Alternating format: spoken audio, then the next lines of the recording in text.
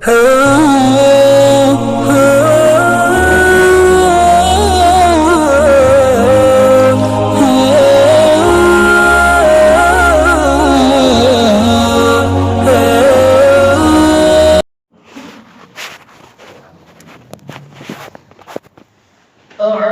بالله من الشيطان الرجيم. بسم الله الرحمن الرحيم.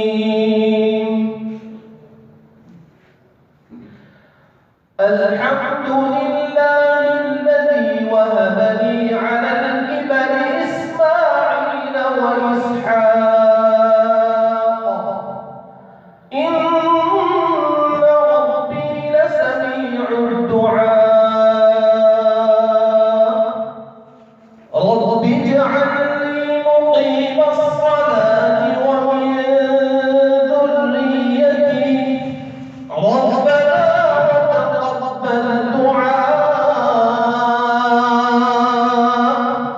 ربنا اغفر لي ولوالدي وللمؤمنين يوم يقوم الحساب. ولا تحسبن الله غافلا عما يعمل الظالمون إنما يؤخرهم ليوم تشخص فيه الأبصار مهطعين مقنعي رؤوسهم لا يرتد إليهم طرفهم وأفئدتهم هواء. وأنذر الناس يوم يأتيهم العذاب فيقول الذين ظلموا ربنا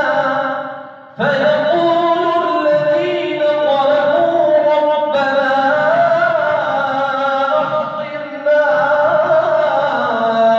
إلى أجل قريب نجب دعوتك ونتبع الرسل أولم تكونوا أقسمتم من قبل ما لكم من زوال. وسكنتم في مساكن الذين ظلموا أنفسهم وتبين لكم كيف فعلنا بهم وضربنا لكم الأمثال.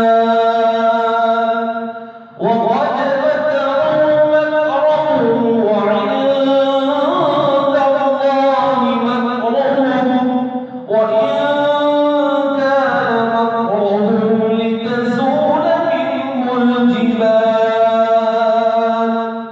فلا تحسبن الله مخلف وعده رسله إن